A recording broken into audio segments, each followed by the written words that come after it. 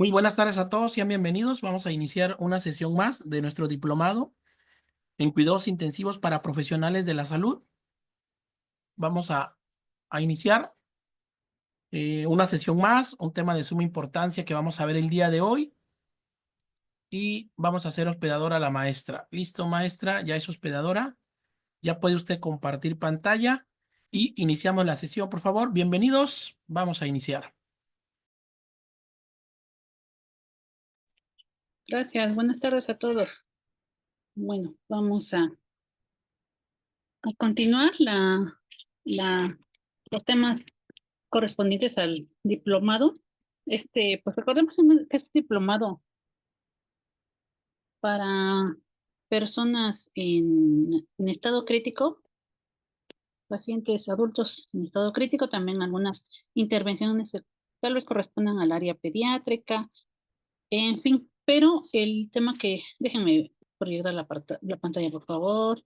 Me confirma nada más que, ¿vean? ¿Sí lo pueden ver?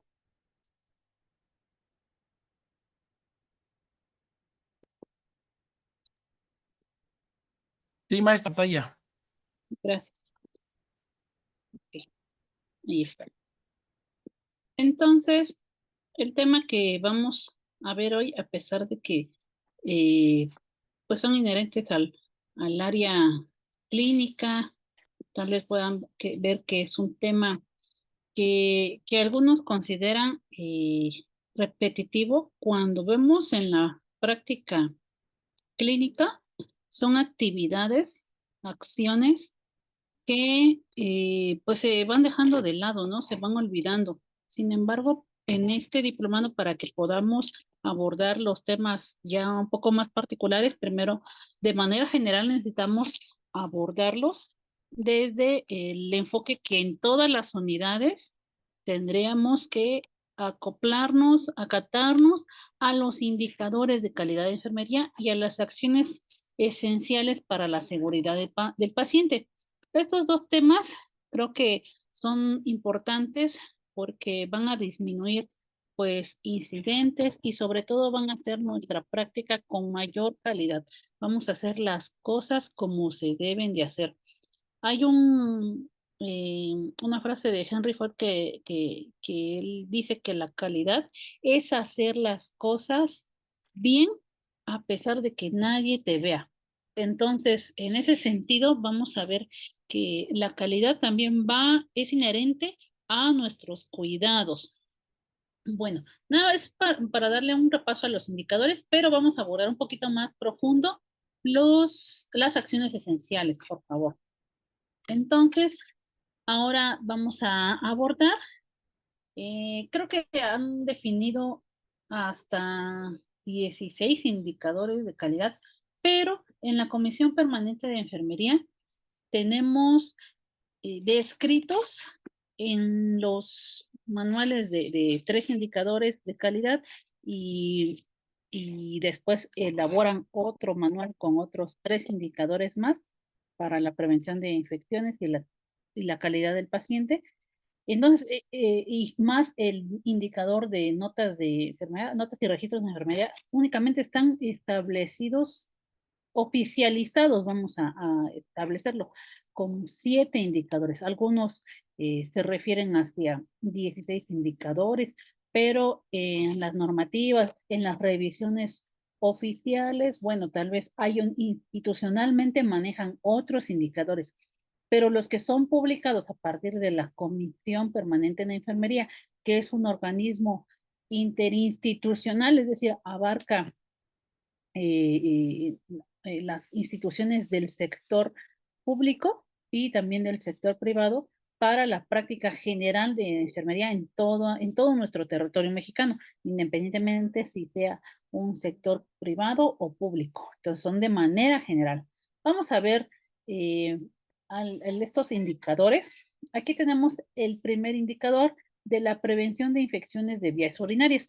Entonces, se viene a describir estos indicadores con unas cédulas de recolección de datos y tiene una escala dicotómica, es únicamente es sí ¿Se realiza o no se realiza? No hay como puntos medios de más o menos lo realiza la enfermera o parece que sí, no, se realiza o no se realiza. Por eso es que los indicadores tienen aquí un estándar. ¿A qué se refiere el estándar? Buscan una medida de cumplimiento. Esta medida de cumplimiento lo establecen en cada uno de los indicadores con un 100%.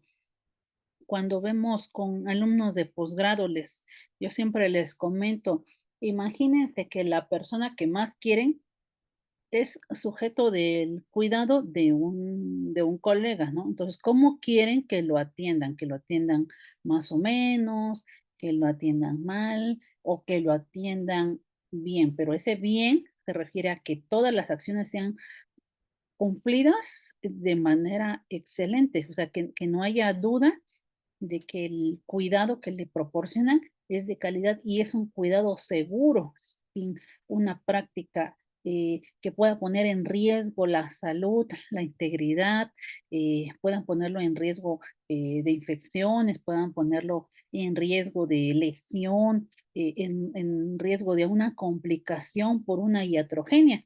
Entonces, por eso es que los indicadores buscan el 100% del cumplimiento en este indicador de prevención de infecciones de vías urinarias establecen 9 criterios. ¿A qué se refieren los criterios? Son la medida específica para guiarse en una acción. Ejemplo, yo, Margarita, puedo tener un criterio de cómo puedo considerar que una bolsa colectora se necesite drenar. Yo puedo decir a lo mejor, pues que esté más o menos a la mitad y otro puede decir, no, pues que la bolsa esté ya, ya esté rebosando, ¿no? Esté completa, ya la puedo vaciar. Ahí diferiremos de criterios, por eso es que vamos a especificar que estos criterios tienen que ser cumplidos sí o sí. De manera contraria, pues entraría en una negativa y no cumpliría el estándar, ¿ok? Bueno, aquí ustedes pueden ver las variables y las variables tienen instrucciones, es decir, tienen algunas especificaciones en estas. No las podemos tal vez describir aquí por la longitud del tiempo, pero sí las vamos a ir comentando de qué se refiere cada una de estas variables o los criterios, ¿ok?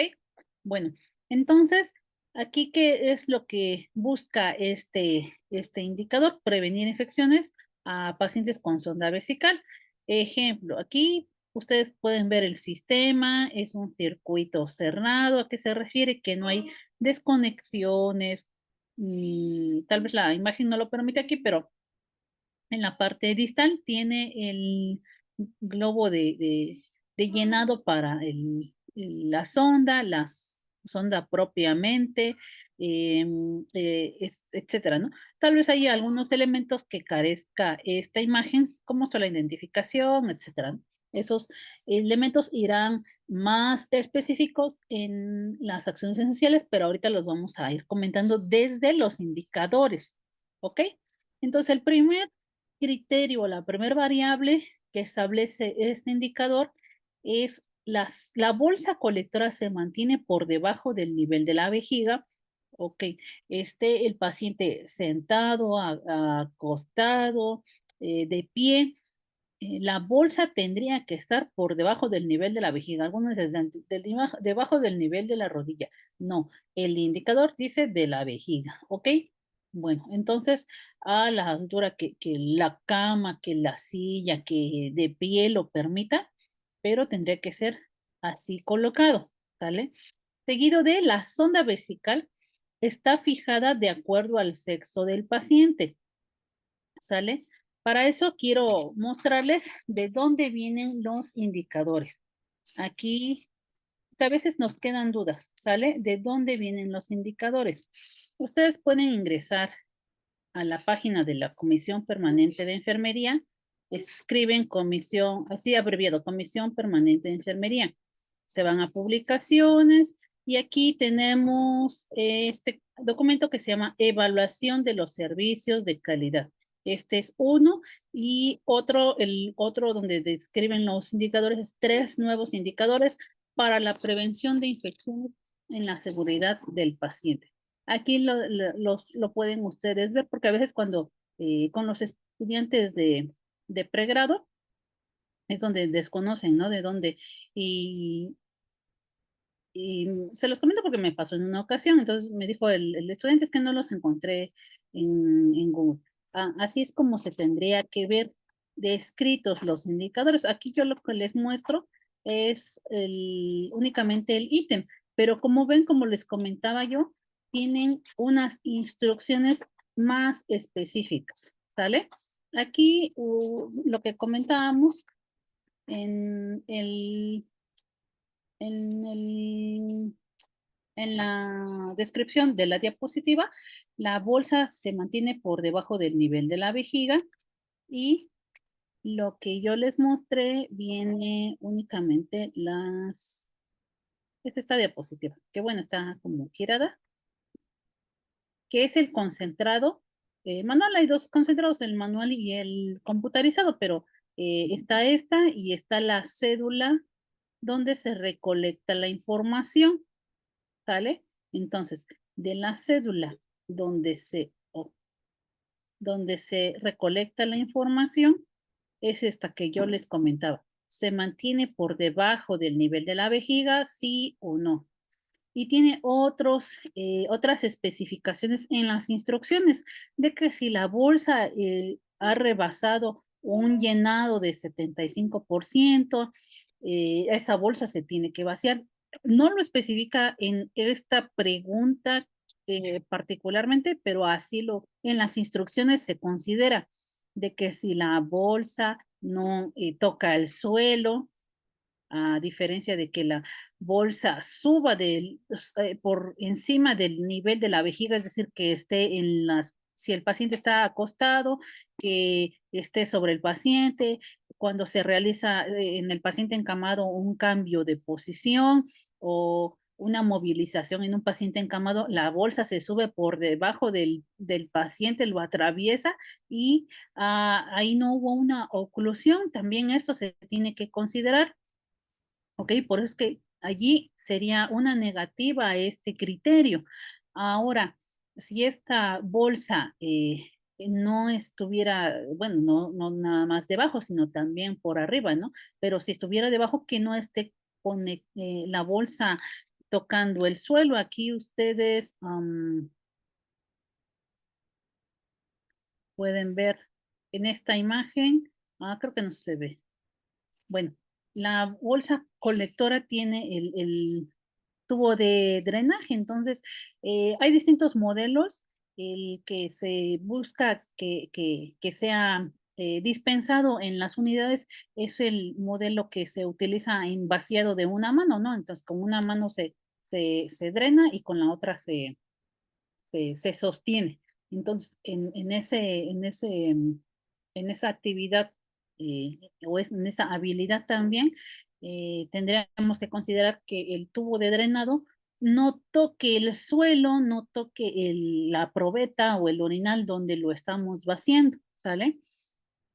¿Con qué intención? Con que pues los microorganismos que están en el ambiente, en el suelo, en la cama, no lo toquen, y no, pues no se trasloquen a la bolsa a través del sistema, y pues lleguen al cuerpo del paciente a través de la vejiga. Entonces, eso sería una mala práctica. Estaríamos pues corrompiendo este indicador. Aquí está lo que yo les comento, ¿sale? En una superficie sucia o en cualquier otro este, recipiente. Aquí este indicador lo establecen, fíjense, 75% es el criterio, no es a la mitad, no es que esté rebosando la bolsa, sino que no rebase 3/4 partes de su capacidad. Ahora, fijación del equipo. De acuerdo al sexo del paciente, difieren en hombres a mujeres. En las mujeres, en la cara interna del muslo, y en los hombres en la cara antero superior del muslo. No dice que sea izquierdo, no dice que sea derecho. En fin, en el caso de las mujeres, por la corta distancia de la vulva hacia, que está conectando a través de la uretra a la vejiga, pero se busca que sea en la cara interna, a diferencia de los hombres, en la cara antero superior, es decir, en la parte anterior, ¿sale? De enfrente. Entonces, esto tendríamos que verificar que no sea de manera contraria, porque a veces a las mujeres les ponen el fijador.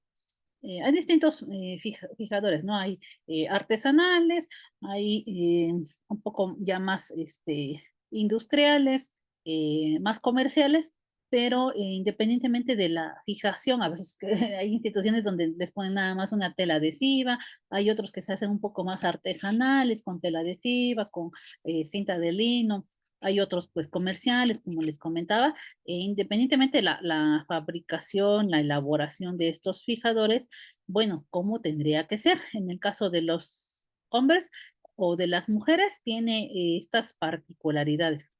¿Sale? Entonces, hay algunos casos que tiene que considerarse, por ejemplo, la talla vesical. Aquí no lo especifica concretamente, únicamente dice cirugía plástica y otros. Por eso es que no dice el indicador dice sonda vesical, no dice sonda Foley.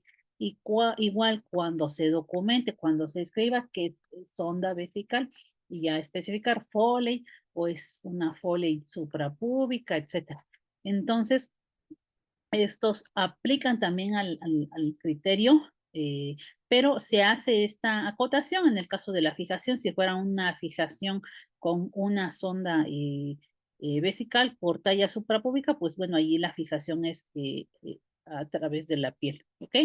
Bueno, y si se encuentra con el membrete de identificación, la fecha, el nombre completo de la persona que instaló, hay algunas otras recomendaciones que tendríamos que considerar, como nos dicen las acciones esenciales, bueno, el nombre del paciente, la fecha de nacimiento del paciente, ¿qué otros datos nos podrían ser útiles?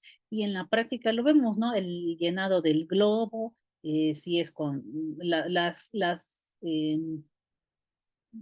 ¿cómo se llama? Las especificaciones o las fichas técnicas de las sondas nos dirán si es con solución cloruro de sodio, si es con agua inyectable, algunos con aire, etcétera. Pero la mayoría de las fichas técnicas de las sondas vesicales por el material de caucho que están realizadas o de látex que están realizadas, o Silastic también, en este caso pues es de silicón, recomiendan con agua inyectable, pero pues ahí tendríamos que ver algo mejor, alguna especificación que hagan, ¿no? Por lo general es con agua inyectable y eso podríamos identificarlo también en el membrete. Eh, donde se recomienda el membrete, pues hay instituciones donde lo colocan en la válvula de las ondas, en esta parte donde colocan donde hacen el llenado, ¿no? La conexión con la jeringa. Hay otras que lo realizan acá, pero aquí ocluye la parte donde se ve el calibre de la sonda, etcétera. Entonces, hay instituciones donde lo realizan aquí precisamente para asegurarse como un candado de que no se vaya a hacer una desconexión de la sonda con la bolsa para asegurar allí un circuito cerrado. Entonces, dependerá de la institución donde lo, lo, lo defina. ¿Ok? Bueno, el sistema de drenaje se mantiene permanentemente conectado, que no haya que este sistema pues no haya desconexiones. Hay ocasiones en las que se tiene que realizar a lo mejor una toma de muestra. Bueno, cada institución lo definirá. Ahí se recomiendan los sistemas que tienen el puerto para la jeringa, ¿sale? Eh, evitando las desconexiones.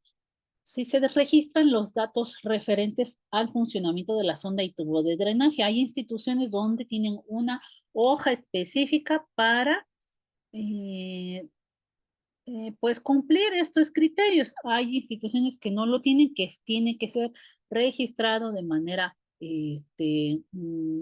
de manera autógrafa por la enfermera, es decir, ahí lo escribe a mano o con el sistema que ellos se, se dirigen. Entonces, ¿qué se tiene que registrar? Porque esto es parte del criterio, ¿sale? Y dónde se tiene que documentar en las notas de enfermería, ¿sale? En la hoja de enfermería, como le establece la norma oficial 04, ¿qué se tendría que registrar? La sonda permite el fluido de la orina libremente, es decir, que está permeable, sale que no está pinzado, acodado, torcido, colapsado. En esta parte de la sonda, en la sonda Foley, es donde se ocluye, ¿no? Generalmente cuando se moviliza el paciente es ahí donde hace una torsión, ¿ok? Eso hay que registrar lo que esté permeable, sin acodaduras, que esté íntegra, es decir, que no tenga fisuras, ¿vale? Hay ocasiones donde, como les comento, está más la práctica de puncionar la sonda, entonces eh, hay ocasiones que confunden el puerto del, del drenado al puerto de la válvula, que es y pues funcionan hasta los dos, y ahí es donde tiene una fisura, ¿ok? Que la sonda no esté flácida o sus paredes colapsadas, que no existan fugas por ninguna causa. En este caso, que no esté flácida, tal vez es más visible en sondas que tienen pues mayor tiempo del recomendado, ¿no? Que son 14 días. Bueno, ahora los días de instalación que estén registrados, ya sea en nuestra nota o en el formato específico que la unidad establezca, que se reporte la ausencia o presencia de signos y síntomas. ¿Cuáles son estos? Las características de la orina, sale picos febriles, dolor suprapúbico o en los flancos, que el área periuretral pues tenga ausencia o presencia de algunos signos, como son secreción, prurito, ardor, inflamación, eritema. Ok, hay ocasiones en que de la uretra termina la uretra, ya sea vulva o sea el pene, se visualiza ahí una secreción y en el trayecto de la sonda, eso es importante, el registro, ¿ok? Que no tenga signos o síntomas, bueno, tiene que hacerse el registro, ¿sale? Escribirse, por favor. Ahora, las medidas higiénicas, mínimamente una vez por día o pues más recomendado por turno, depende de la institución, ¿sale? Institucionalmente lo especificarán, pero que esté limpia y libre de secreción. Las medidas de orientación proporcionadas al paciente, esto es igual, documentarlas, por favor, que se le está indicando todos estos cuidados de los otros criterios anteriores, ¿sale? Que los se documenten, ¿ok? Bueno, ese es este es el primer indicador, ¿sale? Entonces son 9 criterios que nos maneja este indicador. Ahora, prevención de caídas en pacientes hospitalizados. Aquí tenemos que son 7 variables o 7 criterios. Estos 7 criterios ya igual los describe eh, la propia lista de los indicadores y especifica que si valora y registra los factores de riesgo de caídas en el paciente durante su estancia hospitalaria. Aquí, ¿qué factores tendríamos que considerar? La edad, los extremos de edad, ya si son pacientes pediátricos o si son pacientes adultos mayores. Esos son parte de los factores de riesgo. ¿Qué otro factor de riesgo considera? Si utiliza dispositivos de ayuda. ¿Qué dispositivos de ayuda son? Desde el uso de anteojos, gafas, dispositivos de auditivos. ¿Qué otro dispositivo considera? Si utiliza bastón, si utiliza andadera, se utiliza muletas. Esos también se consideran en los factores de riesgo y los dispositivos de ayuda. ¿Ok? Algún otro factor de riesgo que considera es el uso de medicamentos. ¿Qué medicamentos principalmente considera como de riesgo? Están establecidos en una tabla, bueno, perdón, una escala que se llama escala de Doughton y está la escala de Humpty Dumpty. Creo que no la puse acá. Esas dos escalas, la escala de Doughton es para pacientes adultos y la escala de Humpty Dumpty es utilizada para pacientes pediátricos. Allí tiene sus especificaciones cada una. Pero en la medicación como de riesgo, considera aquellos medicamentos que son antihipertensivos, que son heparinas, que son inductores del sueño, ya sean narcolépticos o sedantes. Utiliza, ¿qué otro criterio? Los medicamentos eh, eh, que inducen alguna situación o previenen alguna situación, como los este, anti, los que establecen las medidas que previenen las convulsiones, bueno, anticonvulsivos en general. Ese tipo de medicamentos son los que considera medicamentos con los factores de riesgo, ¿ok? Ahora, ¿qué otro criterio utiliza? Establece en el plan de cuidados las intervenciones de enfermedad de acuerdo al riesgo de caída. Para esto tiene una consecución con nuestra hoja de enfermería, con un plan de cuidados. Fíjense, también el criterio, ahorita lo vamos a ver, el criterio de la documentación, que es un indicador pues bastante extenso, utiliza el plan de cuidados.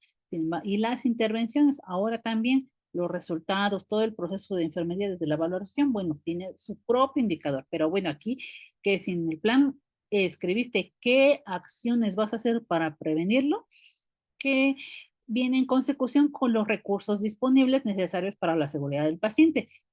Lo que no nos puede faltar son los barandales elevados, ¿no? Barandales de seguridad elevados. ¿Qué otros recursos disponibles conocen? Tal vez conozcan el barandal de las paredes, las suelas antiderrapantes, los pasamanos, el timbre de llamado, la iluminación del área, todos esos son recursos disponibles, incluso pues los frenos de la camilla, de la cama, de la silla, etcétera. Entonces, todos estos recursos para la seguridad del paciente. Ojo, utilizamos, pero también vamos a registrarlo, ¿vale?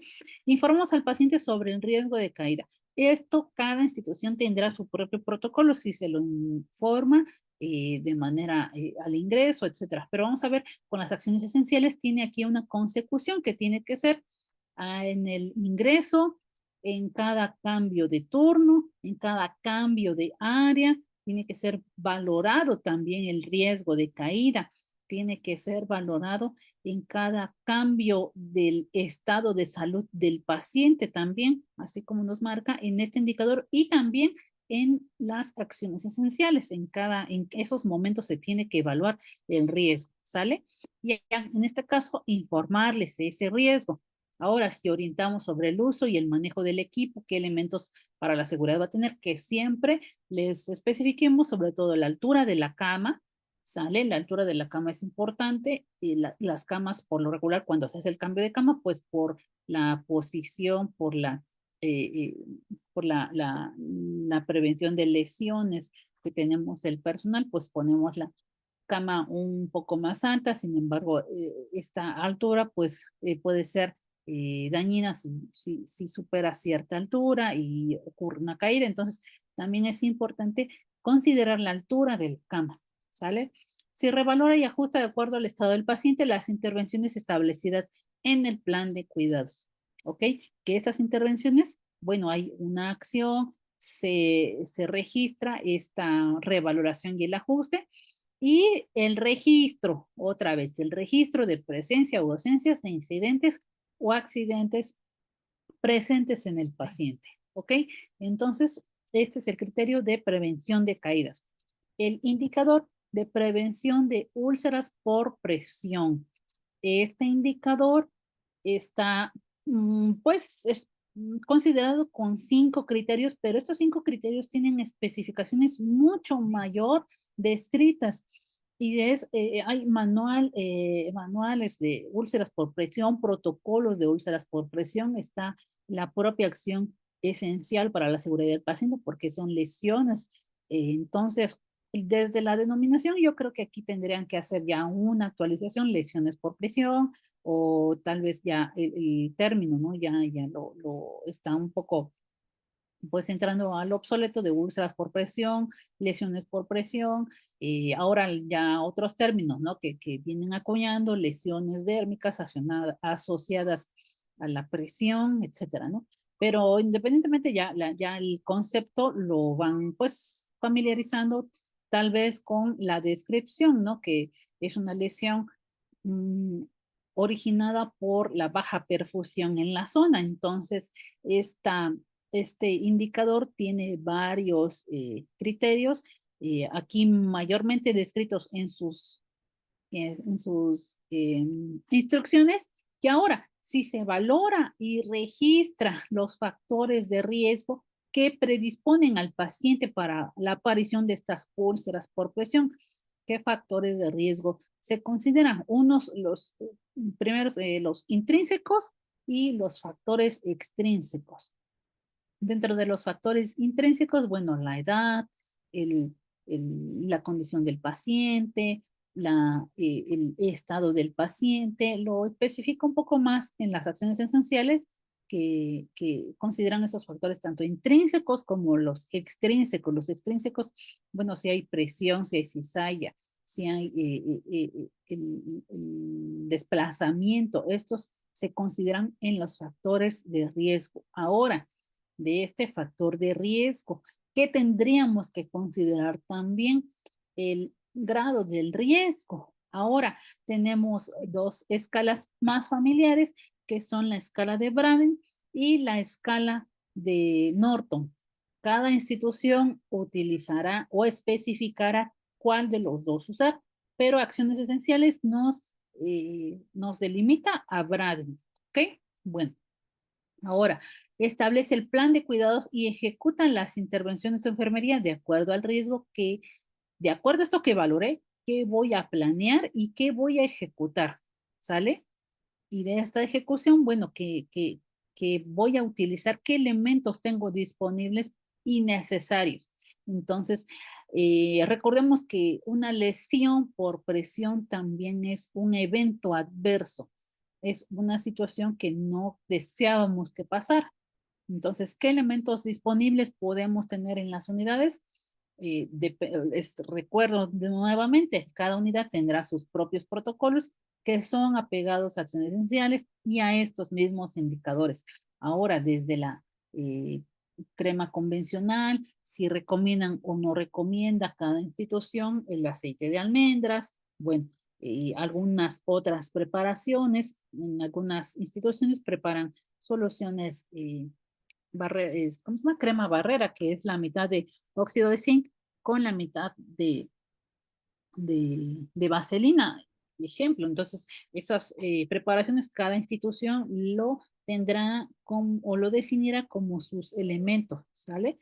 Entonces, recordemos el contexto de las unidades, ¿no? Entonces, en muchas unidades tal vez carecemos de los ácidos hiperoxigenados que son recomendados para prevención o para manejo de úlceras por presión, pero bueno, en las unidades tal vez no en todas tengan los parches, los apósitos hidrocoloides. Entonces, estos apósitos, como las taloneras, los elementos que son para sacro, para, para prevenir las úlceras en estas zonas que tienen mayor concentración o más riesgo de lesión por por que tienen alguna pues dificultad, sobre todo en pacientes que son inmóviles, en los pacientes críticos que tendrían que movilizarse. Bueno, estos es parte, fíjense, es un elemento necesario la movilización, no solo el colchón de presiones alternas o en otras instituciones todavía utilizan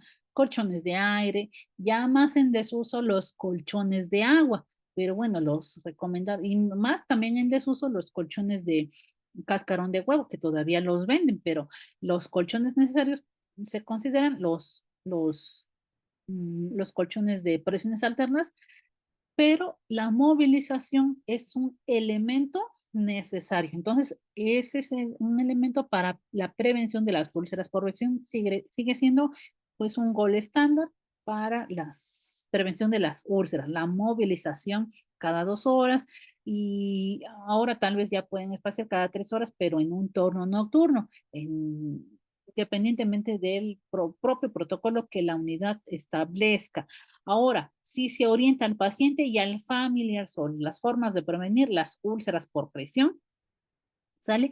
Y se revalora y ajusta de acuerdo al estado del paciente las intervenciones de enfermería basadas en el plan de cuidados.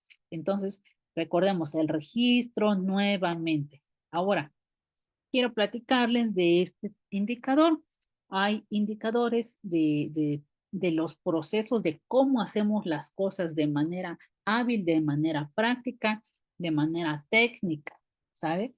Pero este indicador no evalúa eso, esto evalúa la satisfacción del paciente, se llama indicadores de resultado. Cuando vemos temas de calidad, vemos que hay indicadores de proceso, de cómo hacemos las cosas, e indicadores de resultado. Resultado, dígase, morbilidad, mortalidad, satisfacción del paciente, que son conceptos tal vez muy abstractos que vienen a revisarse en la práctica en una encuesta. En este tipo de indicador, como trato digno de enfermería, ojo, en estos 11 ítems o en estos 11 criterios o variables que establece el indicador, no se visualiza un registro. Por eso, por favor, en sus notas de enfermería que nunca existan, se brinda trato digno. No existe en el indicador quien audita, quien evalúa, nunca se va a fijar en la hoja de enfermería que este indicador exista. Si lo quieren poner ahí para que pues complete más espacio en su nota, por favor, hay, el resto de los indicadores de las acciones esenciales tienen mucho para documentarse. Ya vimos todo lo que se tiene que documentar en el de prevención de infecciones a persona con sonda vesical, en este de úlceras por presión, en el de caídas. Son muchas cosas que se tienen que documentar como a manera de hacer un plan de cuidados. Tal vez no con el último indicador, que vamos a ver notas de enfermería, venga a integrarse de esta manera, pero en trato digno, por favor, no se utiliza un registro en la nota de enfermería que la enfermera proporcione trato digno, no lo marca en ningún momento este indicador. Y pues a quien lo evalúa, pues le daría una impresión inequívoca porque pues puede ser de manera sentida, ¿no? De que no lo realiza y que es únicamente pues para eh, evitar ahí una disyuntiva entre que en la encuesta que le realizan al paciente o al familiar está escrita. Entonces, ¿qué considera este indicador? La enfermera lo saluda en forma amable, ¿sale?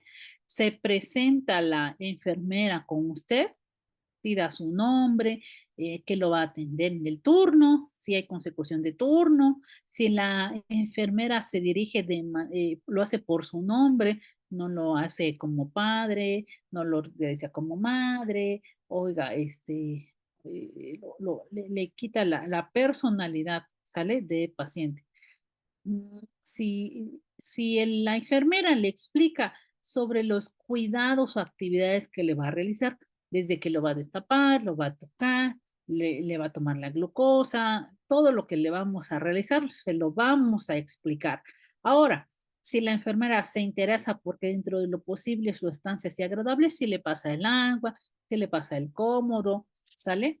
Pero si lo realiza igual de forma amable, aquí tiene una consecución.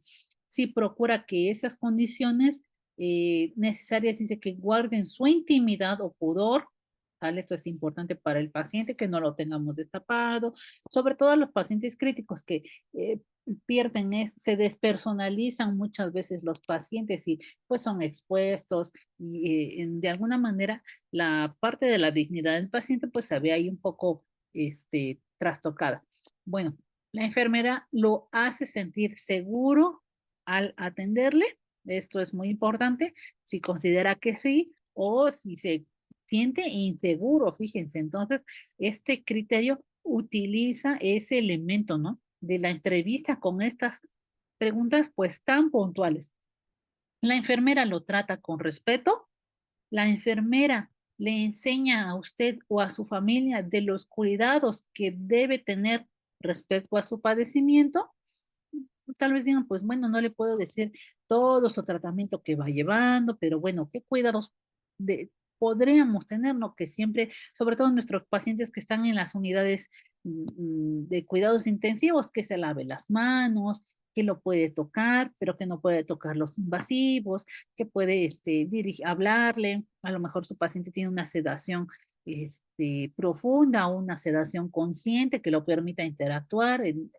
Independientemente de eso, al familiar también enseñarle sobre qué cuidados puede tener y a lo mejor hacerle alguna terapia de, de movilización, procurar la movilización de las articulaciones, de las manos, de los dedos, tal vez esos cuidados que parecieran eh, muy pequeños, pero son realmente importantes porque van a funcionar en la movilidad del paciente. Entonces, tal vez algunos otros cuidados, de manera general, ¿no? La higiene de manos, explicarle las medidas de aislamiento, todos esos cuidados, ¿sale? Sobre su padecimiento. ¿Hay continuidad de los cuidados de enfermería en las 24 horas del día? Bueno, esto lo va a preguntar el paciente, ¿no? Entonces, siempre recordarles al paciente nuestro nombre, a la mitad del turno, etcétera, ¿sale? Si se siente satisfecho con el trato que le da la enfermera, bueno, en concordancia con el anterior, si estos cuidados, es decir, que en el turno a lo mejor tuvo a la enfermera presente todo el turno y en la unidad de cuidados intensivos, pues tenemos un indicador de enfermera a paciente en 24 horas de 8 a 11 horas, a diferencia de un piso, ¿no? Que van variando dependiendo de la complejidad a un indicador de enfermera paciente por 24 horas de 3 a 4 horas, ¿no? Pues no son de 3 a 4 pacientes, es de 3 a 4 horas, es decir, que voy a estar ahí pegado. ¿Por qué? Porque tengo más distribución, que distribuir mi tiempo entre los otros pacientes, ¿sale? Entonces, a lo mejor no nada más tengo un paciente en piso, pero en las unidades de cuidados intensivos, comúnmente sí tenemos un paciente, o máximo dos, ¿no? Depende de la complejidad de cuidado que tenga el paciente. Entonces, ahora, esta continuidad tendría que reflejarse en las 24 horas. Y si se siente satisfecha con el trato que se le da por parte de la enfermera, del enfermero, esta es una encuesta dirigida al paciente, al familiar. Hay instituciones como el IMSS donde amplían más preguntas. Primero, si es usted paciente o es usted familiar. Eh, y hay otras preguntas que pueden agregar a este indicador. Pero bueno, en consecución con el indicador de vigilancia y control de beneficios instalados, este indicador utiliza 7 ítems. Dentro de 7 ítems, creo que en la práctica ya los dominamos, pero los vamos a ir platicando, ¿sale? Entonces, igual el 100% tienen que verse cumplidos. Este es uno de este y el de trato digno son uno de los que comúnmente en Oaxaca, porque tenemos la plataforma de registro y lo pueden ustedes ver, la plataforma que evalúa los indicadores de calidad, se utiliza ahí la unidad, se especifica cuál queremos visualizar, estos datos son públicos y ustedes pueden tener acceso, siempre y cuando la unidad haya subido los datos. Si no los ha subido, pues tendríamos ahí un desfase o no tendríamos esta información. Pueden buscarla en la Dirección General de Calidad, ahí lo pueden buscar. La primera pregunta, ¿la solución instalada tiene menos de 24 horas? ¿Sí o no? Ojo, si es infusión, si es solución base, como le llamamos, si tiene solución de aminas, si tiene, hay otras particularidades, ¿no? Hay medicamentos que por su su efecto, o ya sea si es una solución preparada, si es una solución que depende de la temperatura, pero en general las soluciones instaladas se considera que tengan menos de 24 horas. Si es una solución tal vez base, si es una solución para medir una hacer una medición, etcétera, ¿no? Las soluciones con heparina incluso también entran aquí, ¿no? Las que se utilizan para las líneas arteriales. Bueno, todas estas soluciones, si tienen menos de 24 horas. Ahora, la solución cuenta con membrete elaborado conforme normatividad. ¿Qué nos dice el indicador? Que tenga la fórmula de la solución. ¿Cuál es la fórmula de la solución? Bueno, se llama cloruro de sodio al 0,9%, es la que viene de manera comercial. No se llama solución salina, no se llama solución fisiológica. Bueno, pondríamos en el argot utilizar ese término, pero cuando se registra el membrete nos indica que sea la fórmula de la solución. ¿Sale? Más 20 miliequivalentes de cloruro de potasio, entre paréntesis KCl, ¿no? Así lo especificamos, porque la fórmula es cloruro de potasio, no es KCl, pero lo abreviamos, ¿no? Entonces ahí la fórmula es 1,39 miligramos en decilitro, ¿no? O por mil equivalentes, que es lo más común utilizado, ¿no? En mil equivalentes en el cloruro de potasio. Y así especificamos la solución. Ahora, la venoclisis y el equipo tienen menos de 72 horas de instalado. Ahora, en la actualización que hubo de la Comisión Permanente de Enfermería, en este criterio amplían de 72 a 96 horas en el equipo, ¿sale? Ojo, hay instituciones, es que por eso es que les decía que estos indicadores sí tienen que ser actualizados, pero bueno, son los vigentes. Sin embargo, acuérdense que la excepción hace la regla.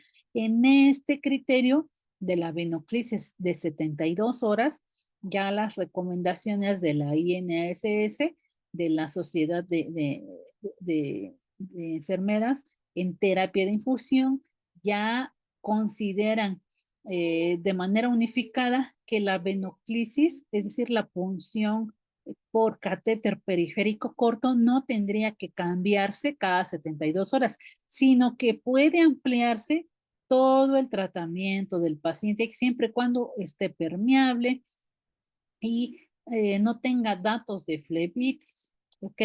Entonces hay venoclisis, hay catéteres periféricos cortos que sí son viables mantenerlos toda una estancia del paciente, 15 días, 20 días, siempre y cuando se hayan cuidado. En las unidades de cuidados intensivos es muy difícil que manejemos de manera rutinaria las venoclisis, pero bueno, hay unidades donde a pesar los múltiples invasivos que tenga el paciente, bueno, si tiene un catéter central de 3 lúmenes y a lo mejor el estado del paciente es muy lábil como para retirar alguna infusión, algún medicamento, alguna nutrición, etcétera, tal vez sea necesario pues poner una vía periférica pues para algún otro tratamiento, como una infusión, una transfusión sanguínea, etcétera, algún tratamiento que así se considere. Pero bueno, el equipo sí tendría que considerarse hasta 96 horas, es lo que ya actualiza en este ítem la Comisión Permanente de Enfermería, ¿sale? Ahora, ¿el equipo se encuentra libre de residuos?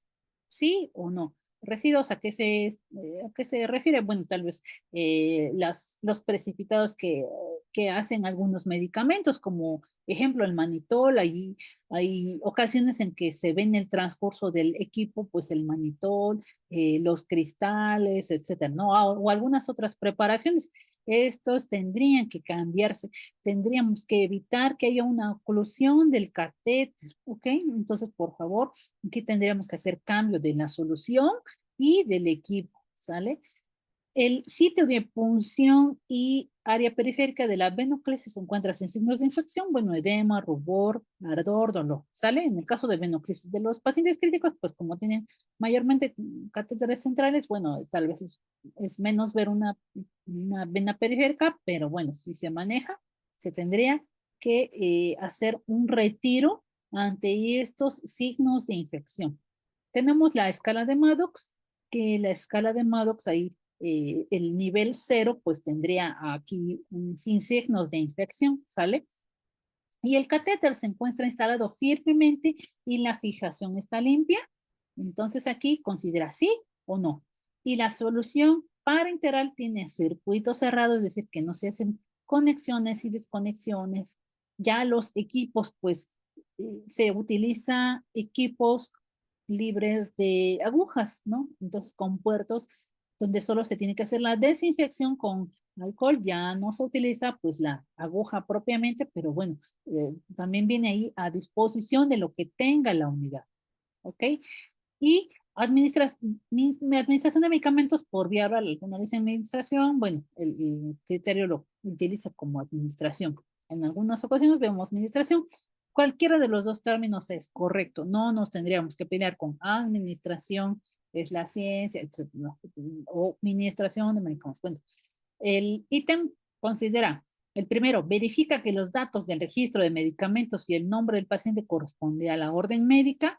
Aquí ver las indicaciones, cómo está prescrito, y bueno, ahora el nombre, la presentación del medicamento, la caducidad del medicamento.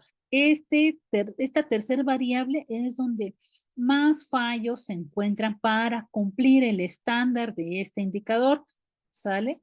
Ahora, si la dosis, la hora de administración del medicamento es verificada, si le hablamos al paciente y le explicamos el procedimiento a realizar, y ojo, este criterio, si se cerciora que el paciente ingiera el medicamento, comúnmente se realiza, pero antes de eso, ya hasta que le estamos dando el medicamento al paciente, si es en piso, bueno, no es que no puede convertir.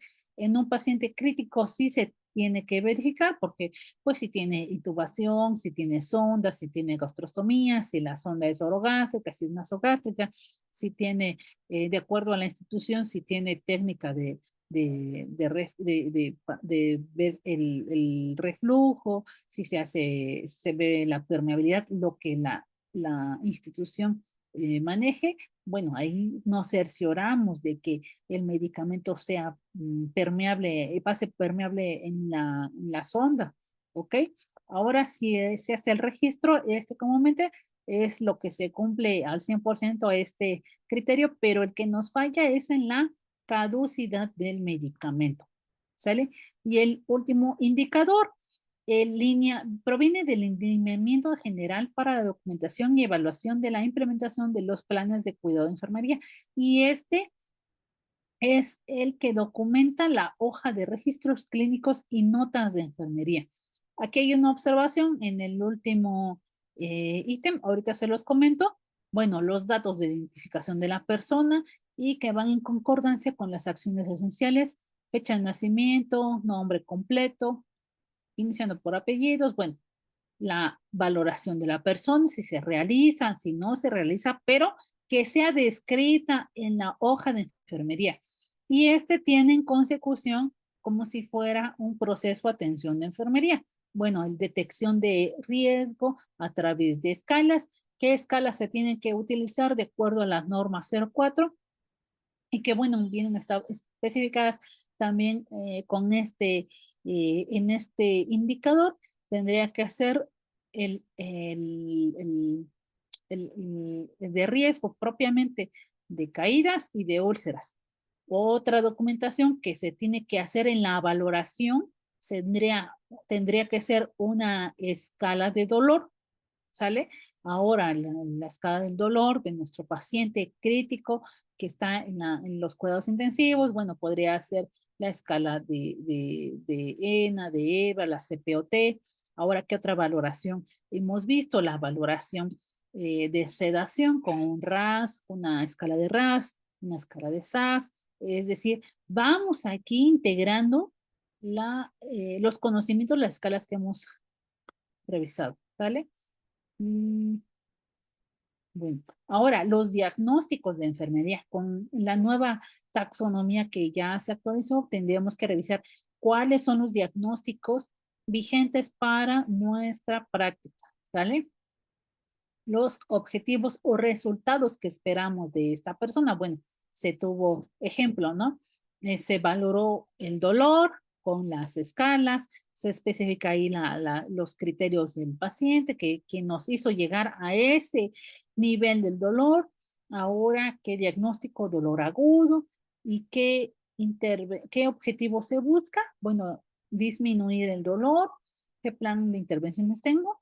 La administración de medicamentos, de analgésico, la pseudoanalgesia, bueno, propiamente la analgesia. Ahora, ¿qué evaluación tengo? Si se tiene un resultado de lo que nosotros consideramos que si tenía un nivel de 9 de 10, ahora nuestra objetivo tal vez no era disminuirlo a 1 de 10, sino a lo mejor a 5 de 10, y nuestra evaluación fue mucho más allá, tal vez fue un 3, un 4, lo real, ¿no? O incluso si a pesar de nuestras intervenciones siguió de la misma manera la evolución del paciente, ser realistas, no por decir la verdad de este criterio, bueno, a veces que los pacientes no cambian su dolor, entonces ya las intervenciones que le hicimos no resultaron, entonces en la continuidad de cuidados y de intervenciones, de indicaciones médicas que también ahí lo van a ver la evolución del paciente, si es necesario algún cambio en el tratamiento, entonces esta es una situación que tendría que considerarse de acuerdo a la evolución que procede en el paciente. Ahora, la continuidad del plan de cuidados por día y por turno, el plan de egreso del paciente, si tiene aquí algunas actividades que considerar de acuerdo al paciente, ¿sale? En la unidad de cuidados intensivos, pues es como es cambio hacia otro servicio, bueno, pero en los que están en piso sí tendrían que considerar más específicamente. Y aquí hace esta acotación, las notas y registros cumplen con las recomendaciones. Aquí igual está desfasada esta norma 168, es la 04 del expediente clínico. Y bueno, ahora vamos a revisar las metas internacionales de la seguridad del paciente. ¿Por qué este tema sigue siendo tan importante? Y sobre todo, si vamos a manejar un lenguaje de unidad de cuidados intensivos, pues es para la consecución y para que tengamos las mismas intervenciones en este diplomado, tengamos pues de alguna manera claro lo que vamos a hacer, no haya dudas de que nos salimos de esta línea que viene en consecución con las acciones esenciales. Así de manera muy rápida, las metas internacionales, identificación del paciente, comunicación efectiva, seguridad en los medicamentos, en los procedimientos quirúrgicos, en el reducir el riesgo de infecciones asociadas a la atención médica y en minimizar el riesgo de caídas en pacientes hospitalizados. Hasta aquí es de manera consecuente las acciones esenciales para la seguridad del paciente. Ok, dice una pregunta, ¿cómo puedo evaluar la escala EVA si mi paciente está en sedación profunda? Para estos tipos de pacientes no aplica. No aplica, vimos en la sesión de pseudoanalgesia las escalas que se utilizan para el paciente crítico. Se utilizan la escala de BPS, que no está validada para el español, pero la que sí está validada para el español es la escala de CPOT.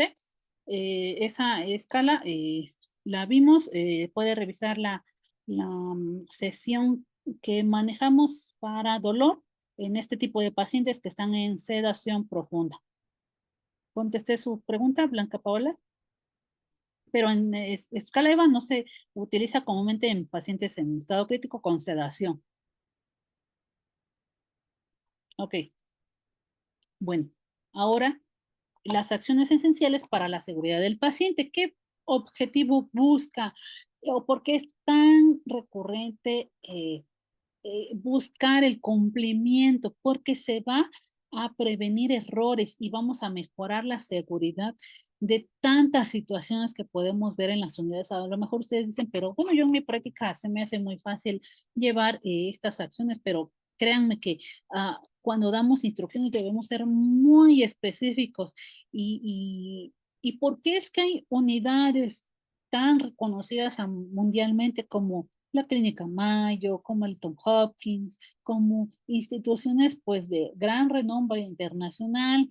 eh, eh, y ellos siempre reportan que existen errores, porque en nuestro contexto mexicano, en nuestra unidad, pues que carecen, la verdad, de muchos recursos, porque es que en las unidades no se reportan errores, ahí está bien, hay un subregistro de incidentes, de accidentes, incluso de errores. Vamos a ver en las últimas dos acciones esenciales, no tienen una acción punitiva, es decir, una acción de castigo, sino tienen ahí acciones correctivas para el paciente, para el personal no tiene acción punitiva. Esto es lo que nosotros tendríamos que buscar, prevenir errores, secuelas, daños al paciente, ¿sale? Entonces, la primera es la identificación correcta de pacientes en establecimientos de atención médica con hospitalización. ¿Qué consideramos para esto? Bueno, es todo un proceso que se tiene que realizar ya de manera práctica, se nos hace pues más común, más familiar.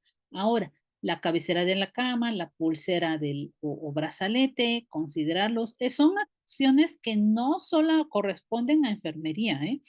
Sin embargo, se considera el equipo multidisciplinario. Hay unidades donde el área de admisión o el área administrativa propiamente que realiza el cómputo de ingreso del paciente, eh, lo realiza la cabecera, el rótulo de la cabecera, realiza hasta la pulsera o el brazalete.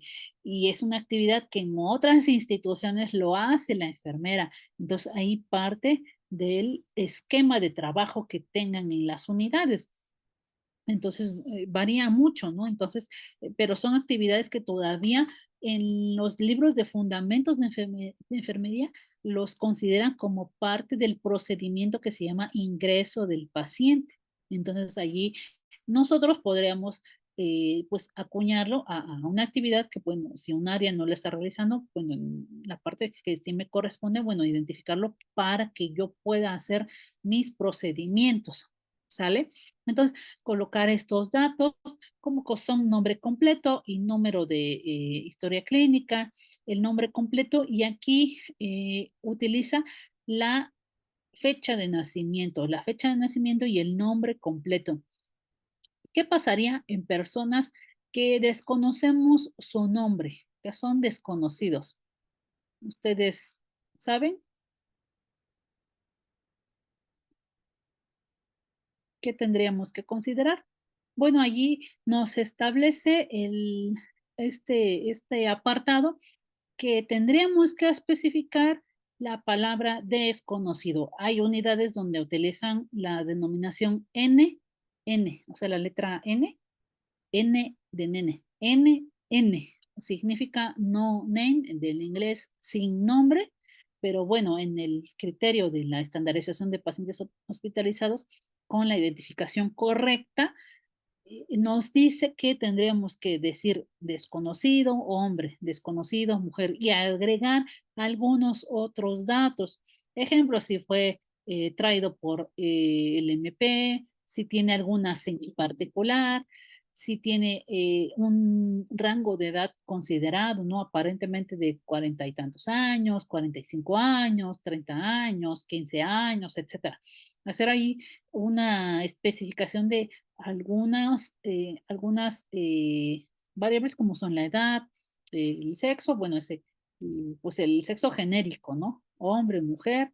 Bueno, ahora la pulsera en la extremidad con datos de identificación que sea resistente al agua y duradero y que estos datos estén bien colocados. Ahora, ¿qué considera como momentos críticos de identificación? Sobre todo, tres puntos. Cuando administramos medicamentos, cuando se realicen procedimientos o estudios, traslados y provisión de dietas. Tal vez nos pueda parecer muy fácil, nosotros si tenemos un esquema de asignación de pacientes o trabajamos por funciones, bueno, estamos más familiarizados con quiénes son nuestros pacientes, con un número limitado, pero para áreas que utilizan pues un gran número de pacientes, como son el área de cocina, de dietoterapia, de nutrición, como lo utilizan en sus unidades, bueno, ellos ven una lista únicamente y número de cama, pero no, ¿qué datos tendrían que ellos también considerar? El nombre completo, la fecha de nacimiento, el número de expediente, no solo el número de cama. Entonces, por eso es que lo considera un momento crítico. Ahora, nuestros pacientes en estado crítico, comúnmente, ¿qué tienen? Pues nutrición enteral, ¿no? O nutrición parenteral, si es el caso. Si es una nutrición enteral, ahí tal vez nos pueda parecer una preparación que nosotros vemos tan simple, ¿no? Una bolsa, si es comercial o si es preparada en la institución, bueno, cada una tiene especificaciones para el paciente. A lo mejor nosotros pudiéramos imaginarnos que tiene la misma fórmula, pero no todas las nutriciones centrales tienen la misma fórmula. Hay algunas que tienen algunos aditivos ahí conforme a la prescripción médica. Hay algunas nutriciones que tienen otros agregados, varían en el número de mililitros, varían en el número de kilocalorías, etcétera. Entonces, por eso es que aquí marco en esta diapositiva la provisión de las dietas, porque es importante ese como un momento crítico en la identificación del paciente. Entonces, yo llevo una nutrición, pero se la estoy poniendo a un paciente que no es. Incluso hay veces que el paciente pues está en ayuno, pero bueno, esa es otra actividad que se tiene que considerar, ¿no? Para identificar al paciente y la prescripción de la dieta. Bueno, ahora, ¿en qué otro momento? En la identificación de soluciones y de los dispositivos. ¿Qué es lo que tengo que considerar con la identificación? Les comentaba en el de sonda vesical, bueno, soluciones intravenosas y sondas y catéteres. ¿Qué datos son importantes? Los datos del paciente como nombre completo, fecha de nacimiento, número de expediente. No solamente considerar, dice ahí la acción esencial, el diagnóstico y el número de cada, no, sino que aquí qué componentes, bueno, qué fórmula contiene la solución intravenosa y esté disponible en todos los membretes y dar este membrete igual con los datos de identificación del paciente, las fechas de instalación, quién lo instaló, la hora en que lo instaló. Todos estos datos son importantes para identificarse. Y ahora, en los estudios y en las muestras, bueno, de los estudios médicos, cuando se toman placas radiográficas, cuando hay un control de muestras, todo es para cotejar estos datos. ¿Dónde los cotejamos? En la cabecera del paciente. Si es camilla, se recomienda que tenga la propia camilla otro membrete adicional al que tienen en la cama o en la cabecera o en el pie de cama. Y las piezas anatómicas y cadáveres. Ojo, todavía en el 2024 hay errores, hay confusión de piezas anatómicas y de cadáveres. Dan un paciente por otro a la funeraria, se dan cuenta cuando están en la velación. Entonces, son historias que pudieran parecer risores, pero de verdad son catastróficas por los errores, ¿no? Pacientes que, por ejemplo, si fallecen el mismo día, pero se llaman de manera similar, eh, sobre todo hay nombres que funcionan como unisex, ¿no? Entonces ahí pudiera haber errores, ¿no? Errores garrafales.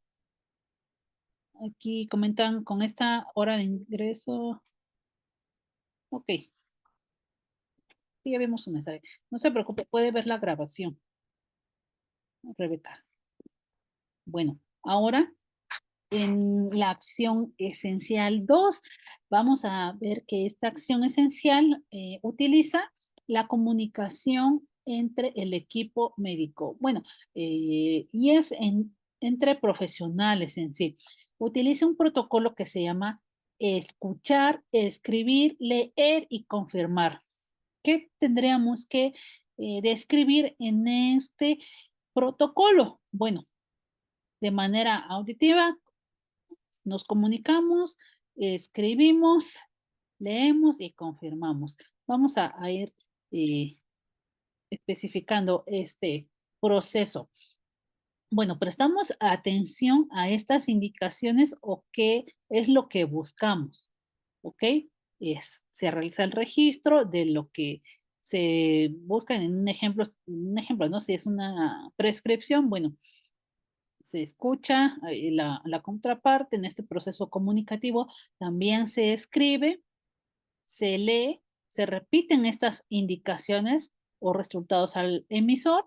Aquí en este proceso, en este punto 2, 3 y 4, donde hay la confirmación que es el emisor que verifique que esta información es registrada de manera correcta, es donde hay mayores reportes por, bueno, incidencias por el registro incorrecto o la letra no es legible. Entonces, esto también considera en la acción esencial que la letra sea una letra de molde, sea legible, sea sin tachaduras, ¿ok?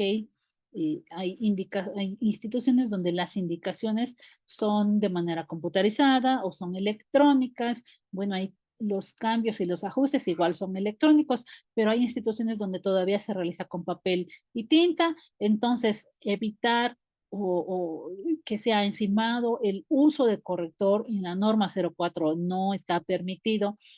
Tachar, leer con conocimiento de causa lo decimos porque hay veces que hay otros profesionales que llegan a tachar nuestra hoja de enfermería. Entonces, eso es una mala práctica, es una falta de ética también a nuestra, no nada más a las indicaciones, sino a los propios reportes de enfermería, a las propias notas de enfermería, ahí llegan a cambiar, a hacer. Entonces, eso es una situación que nos pone tal vez en escrutinio cuando hay alguna revisión de un caso médico legal. Tendríamos que verificar que este proceso se ha cumplido no solo en esos casos, sino en todos los casos, ¿sale? Que escuchemos, se escriba, se lee y se confirme la prescripción. Y ahora se valide que el médico tratante tenga firma y registre su nombre completo en el tiempo establecido. Si es algún procedimiento que sea por una orden verbal o telefónica, ¿sale? Hay algunos que lo consideran, bueno, si es hay unidades donde sí llevan este sistema, hay unidades donde pues lo difieren, pero bueno, si hay un protocolo, entonces también tendría que haber una bitácora para hacer este proceso de escuchar, repetir, confirmar y transcribir. Bueno, prestamos atención, repetimos, confirmamos y hacemos la transcripción. Ejemplo, en un evento de un paro cardiorrespiratorio o un evento que necesitamos hacer alguna reanimación cardiopulmonar avanzada, es decir, que necesita medicamentos de rápido manejo, como por ejemplo una adrenalina, una atropina, de acuerdo al algoritmo que utilicen allí en el RCP, escuchamos, ¿no? Ejemplo, ¿no? La enfermera escucha que el líder de la reanimación indica, por ejemplo, una adrenalina, ¿no? Dice, adrenalina, prepare una ampolleta. Repetimos, ¿no? Verbalizar las indicaciones repetidas. Preparando una adrenalina. Una cosa es preparar y otra cosa es administrar, ¿no? Y le repite, ¿no? En este ir y venir, una cosa es preparar y otra cosa es administrar una ampolleta de adrenalina. Otro dice confirmar, bueno, dice, aquí podría el líder establecer, bueno, ya lo preparó, ahora administralo. Entonces, de la preparación a la administración, allí vamos a ver que en este protocolo, pues lo vemos bueno, cuando estamos más familiarizados con él, pero así tiene que ser, ¿no? Escuchamos, repetimos, preparando adrenalina o atropina, la medicación que nos indique, ¿no? Bueno, nos dicen preparando, ahora administralo, confirmamos, administrando adrenalina o la preparación que nos indique. Y ya seguidamente se hace la transcripción cuando el evento ha concluido, cuando hay oportunidad, ¿sale? Bueno, ahora, en la comunicación y transferencia de los pacientes hay una técnica que se conoce como la técnica SAER. En administración se acopla esta técnica para las acciones esenciales. SAER significa situación, antecedentes, evaluación y recomendación. Es un caso donde bueno, el personal, si estamos hablando específicamente de enfermería, bueno, identificamos, hacemos un resumen del contexto general de los pacientes, de signos vitales, aspectos clínicos, si tienen algún tratamiento en particular, lo especificamos en los antecedentes, por qué ingresó, qué diagnóstico tiene, qué le han hecho, la evolución que ha tenido, alergias, es importante mencionarlas, qué resultados tiene de estos dispositivos o invasivos que le han colocado. Ahora se hace una evaluación, un reporte de todo lo que ha llevado su tratamiento, del estado de conciencia, la evolución, factores de riesgo y las recomendaciones de algunas pautas que pudieran servir para continuar con su cuidado. ¿Ok? Esa es la técnica SAER, situación, antecedentes, evaluación y recomendación que establece la acción esencial 2. Y bueno, las prescripciones médicas y las anotaciones que sean legibles, letra clara y legible. Aquí vamos a ver unas especificaciones que en cuidados críticos, bueno, en sí todos son válidas, ¿no? Son vigentes, porque omitimos el punto decimal y cero en enteros. Ejemplo, escribimos 0.5, ¿no? Miligramos. Y aquí no podríamos, conforme a esta acción esencial, seguirlo manejando, sino tendríamos que escribir 0.5, no 0.5 o 0.1. No se considera así, sino que tiene que ser utilizado el cero antes del punto, ¿sale? Utilizar comillas en millares, como escribir 1000, aquí está el ejemplo, o 1.000.000, ¿sale? En este caso, ponen 1000 o 1.000.000, con comillas, ¿vale? El espaciado entre medicamentos, sustancias y dosis, para hacer ahí una diferencia, cuando hacemos el registro, en dosis menores a 1, utilizar el cero antes del punto, ¿ok? Entonces vamos a utilizar de ahora en adelante, si no lo hemos hecho, ya no vamos a escribir ni en el Cardex, si en algunas unidades se utilizan todavía Cardex en la UCI, o en algunas no, pero no utilizar el punto, ¿no? Por ejemplo, punto 1, punto 2, sino 0.1, 0.2 y así, ¿ok? No abreviación, aquí, perdón, si es unidades, pues ya enteras, ejemplo, si es 1 gramo, 1 gramo, ¿sale? No se escribe 1.0 gramos, eso también es incorrecto, o 2.0 gramos, no, también es incorrecto, porque ahí da pie a un error a interpretar 20, ¿sale? Entonces es 2.2 gramos, no es 2.0. Y no abreviaciones. Escribir, ojo, completo palabras como unidad, microgramo, día, por razón necesaria. Nosotros ya nos las sabemos, dijeron, ¿no? Pero en las acciones esenciales y en la norma 04 no dice que se utilicen abreviaciones, ¿sale? Sobre todo esas que ya conocemos. Lo vemos mucho con unidades internacionales de insulina de acción rápida, ¿no? UIAR. Nosotros ya tal vez por la familiaridad con los medicamentos, pero no, por favor, no lo consideren como una buena práctica, ¿sale? Tendríamos que escribir unidad completa, microgramo, día, igual desglosar estas. desde las indicaciones que le corresponden al área médica y al área de enfermería que a nosotros nos compete en nuestros propios registros.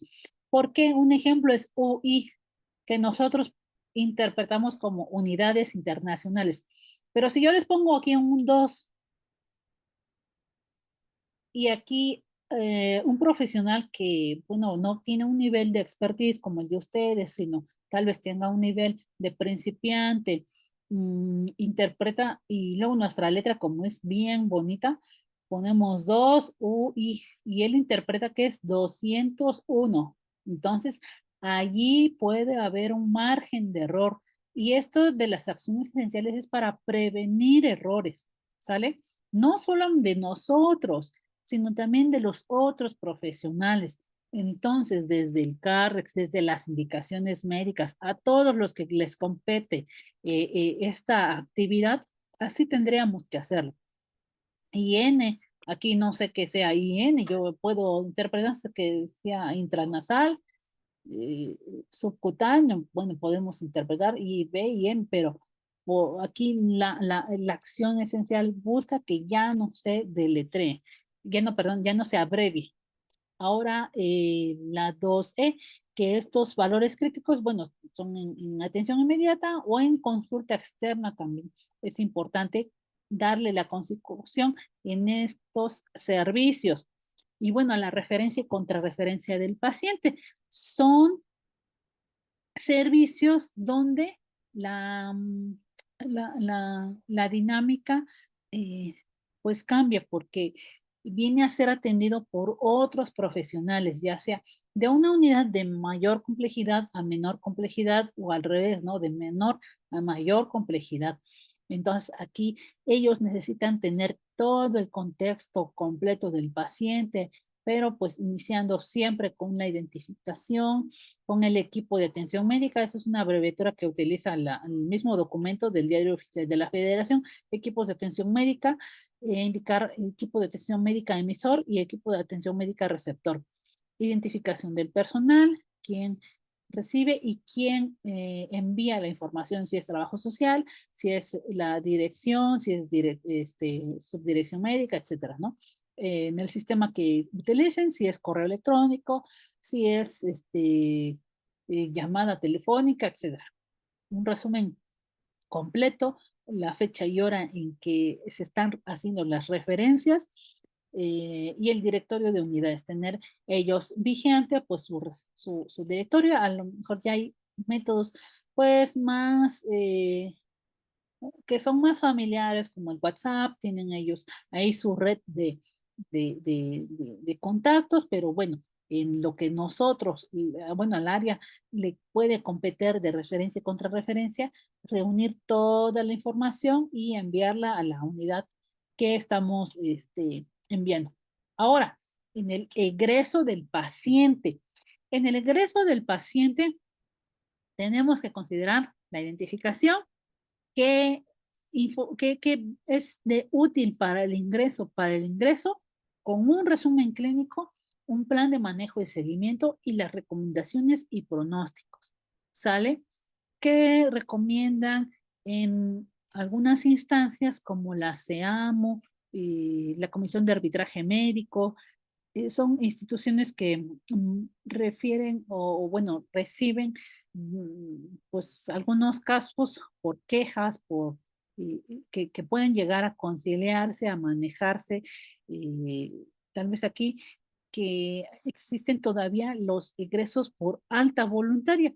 Igual en los egresos por alta voluntaria tienen que documentarse por el mismo paciente o por el familiar que lo está llevando a otra unidad, que es de su propia voluntad mmm, terminar el tratamiento y pues se deslinde ahí la unidad de que no proporcionó una atención, sino tal vez por los motivos que considere el paciente o el familiar, pues ellos deciden egresar por su propia voluntad. Entonces, que no lo estamos corriendo, que la unidad no se deslinda, ¿no? Sino que de alguna manera tiene, pues este seguro también, es otro tema, ¿no? Pero bueno, se los comento. Entonces, ahora la acción esencial 3, la seguridad en el proceso de medicación. Esta actividad Esta actividad, creo que sí es muy competente al área de enfermería, pero en el Diario Oficial de la Federación no nada más dice enfermería, dice a personal competente, a personal capacitado, ¿sale? Para el proceso de medicación. Pero ¿quiénes tendríamos que capacitarnos pues día con día? Pues es el área de enfermería, sobre todo porque en las unidades es una actividad inherente a nuestro cuidado. Mejora en la seguridad de los medicamentos de alto riesgo y de la gestión segura de los medicamentos. Bueno, en la seguridad en el manejo de electrolitos, ustedes ya los van a identificando. Hay una norma, la 072, que es con el etiquetado. Bueno, el etiquetado de las ámpulas, ¿vale? En el membrete de la identificación de la solución, bueno, ahí tiene que hacerse de manera escrita, pero como yo voy a identificarlos de acuerdo a esta norma es por una serie de colores, pero que vienen de manera comercial, ¿sale? Hay unidades donde son más curiosas, donde buscan hasta un membrete que se acorde a la norma 072 para, pero bueno, ahí hacen sus particularidades, ¿no?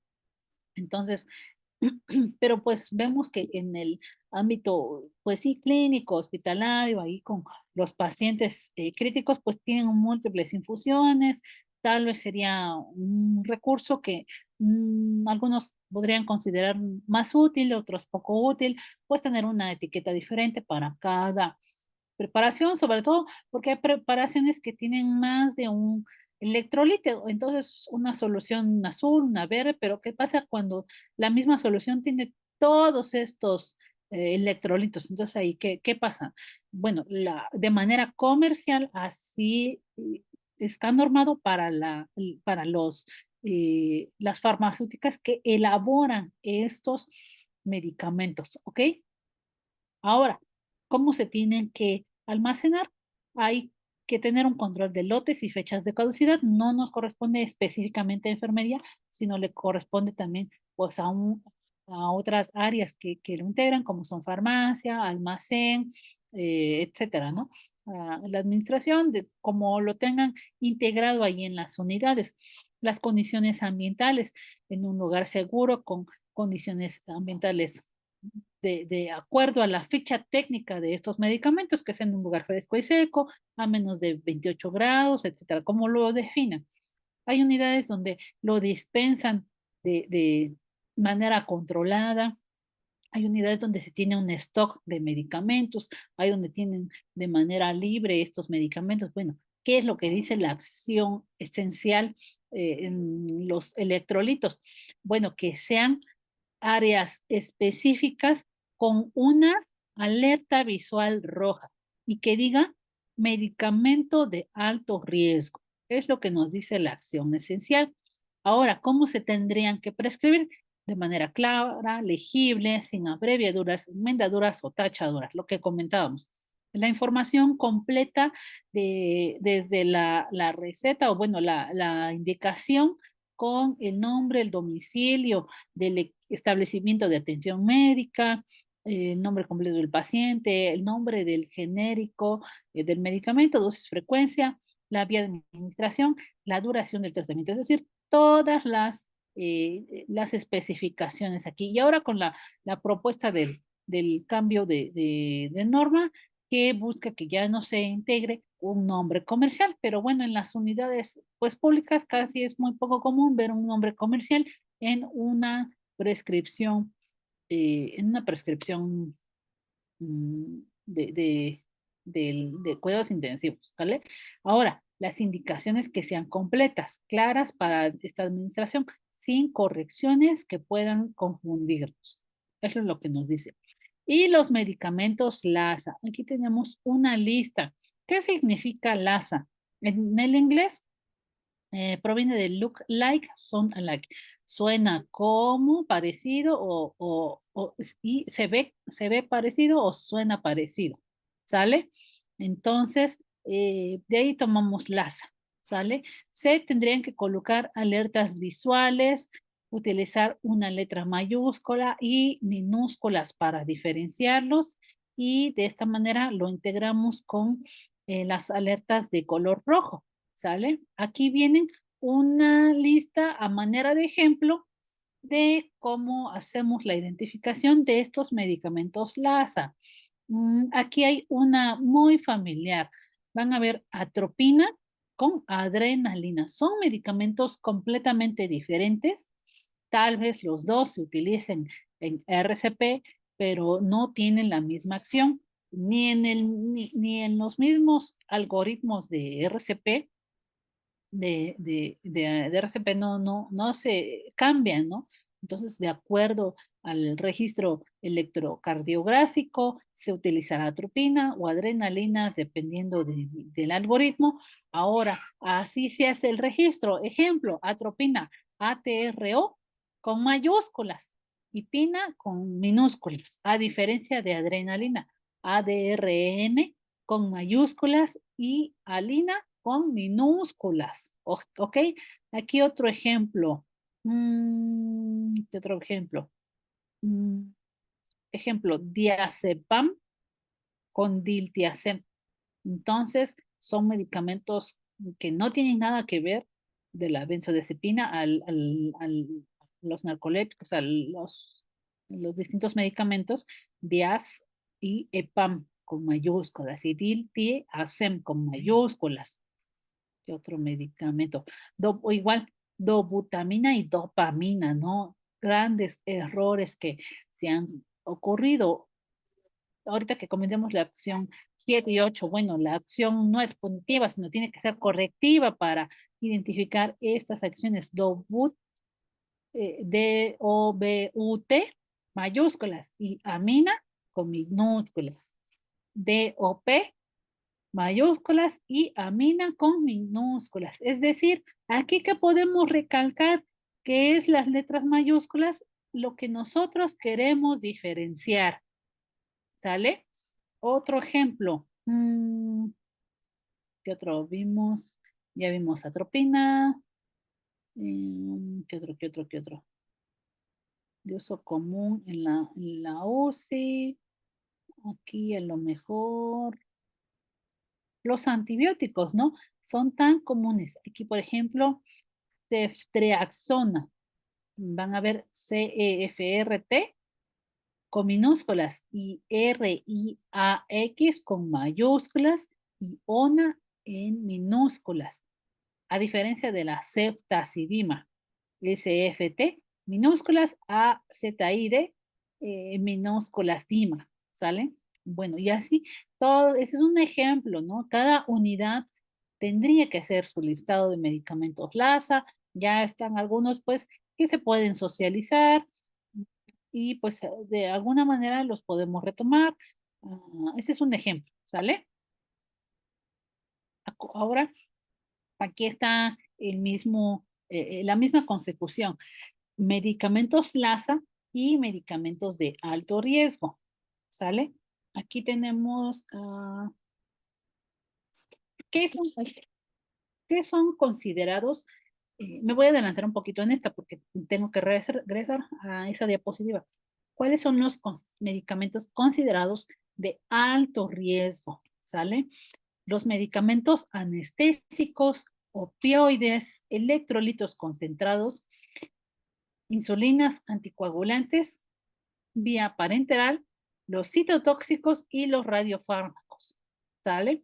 Antes no se consideraban pues tanto los anestésicos ni los opioides, sino considerábamos más los electrolitos, las insulinas y los anticoagulantes con los citotóxicos, ¿sale? Pero también se actualiza con los radiofármacos, los anestésicos y los opioides, ¿sale?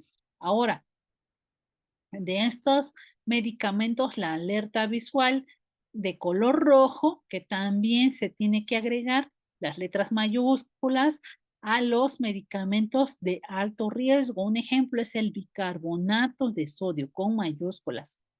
Ahora, en el caso de los medicamentos LASA, estos tal vez hay medicamentos que no son, entran fuera de esta consideración de que no son anticoagulantes, no son electrolitos, no son, no son, no son medicamentos de anestésicos, bueno, pero en este caso sí son LASA. Tal vez no van todos con mayúsculas. En este caso de los LASA, solo la identificación de mayúsculas, minúsculas y el subrayado, ¿sale? Aquí adicional, aquí hacemos la identificación visual con mayúsculas y minúsculas, agregamos este subrayado, ¿vale? Esa es una actividad que tendríamos que socializar, que hacer más común porque es importante, ¿sale? Porque son, como les decía, ¿por qué en otras unidades de mayor control se realiza? Precisamente eso, porque a pesar de que reportan errores, ya tienen ellos estos sistemas de control, estos sistemas que les ayudan a reducir los errores, ¿sale? A veces he visto notas de enfermería que dicen, se da trato digno al paciente y se cumple conforme ponen acciones esenciales de la seguridad del paciente, pero cuando veo el registro de los medicamentos, digo, no, de verdad no han leído las acciones esenciales. Entonces, hagan ustedes parte de su práctica estas actividades, por favor.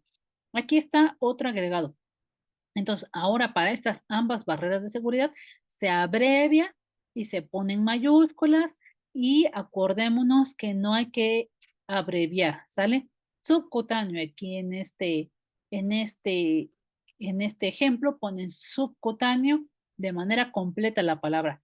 Que sí pueden abreviar miligramos, pero no microgramos, ¿sale? Microgramos no se abrevia, sí se puede abreviar miligramos, pero no microgramos. Inyectable. Aquí había el ejemplo, ¿no? IN. Uno podría interpretarlo intranasal, otro inyectable. ¿Qué es inyectable? Qué es IN? Entonces tendríamos que especificar qué significa esa abreviatura. En este caso, inyectable, 20 miligramos subcutáneo. ¿Sale? Ahora, amicacina. Aquí, ¿qué nos faltaría? Hacer la diferencia del ASA, porque de acuerdo al LASA, tendría que ser, ¿dónde está? Creo que no viene aquí. Amicacina tendría que ser AMIK, las mayúsculas, ¿correcto? Y cina con minúsculas. Solución inyectable, pero aquí lo estamos subrayando y estamos haciendo la comparativa, la diferencia, ¿no? Si es 100 miligramos o podría ser 500 miligramos. Ahora, este tan común que les repito, solo aquí podríamos abreviar la NPH, la no proteica, eh, la insulina humana de acción intermedia, NPH, y aquí, ¿qué tendríamos que aclarar? 2 unidades internacionales, coma, subcutáneo, ¿sale? Es el ejemplo que yo les ponía, que por favor hagan su registro, como nos dice acciones esenciales. No podríamos escribir 2 UISC. No, tiene que ser completo de acuerdo a acciones esenciales. 2 unidades internacionales subcutáneo, ¿sale? O si es heparina humana de acción rápida regular. 8 unidades internacionales subcutáneo. Eh, Subrayado con mayúsculas el nombre del medicamento porque es la heparina, es un medicamento de alto riesgo y estoy cumpliendo en no abreviar unidades internacionales ni abreviar subcutáneo. Este tema creo que pudiera parecer muy repetitivo, pero de verdad en ninguna de las hojas de enfermería que se evalúan, que evaluamos cuando vemos acciones esenciales, cumple estos criterios. Creo que hasta que no nos pongan un, una, una acción que sí sea punitiva, lo vamos a corregir, pero ustedes en su práctica, que se vean que ustedes han leído, que se han capacitado, tendrían que hacerlo en la vida práctica en sus unidades. Y bueno, y sobre todo socializarlo. ¿no? Que ya están disponibles para todas las unidades y pues por muchos medios que tengamos acceso a estos documentos de las acciones esenciales a través de la publicación en el Diario Oficial de la Federación, que dice que es obligatorio a todos los establecimientos de atención médica. Entonces, ¿por qué es que no se socializan? Porque no sé qué se ven en la práctica.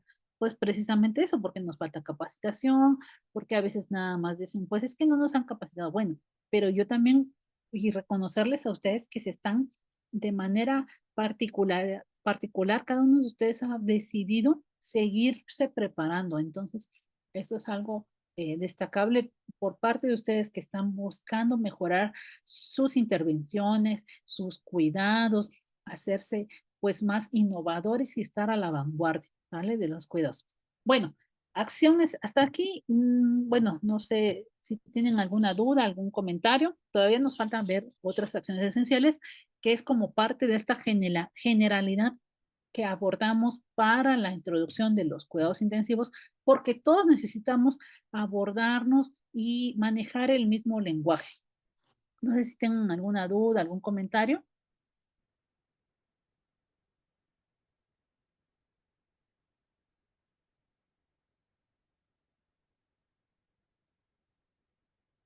¿no? Ok.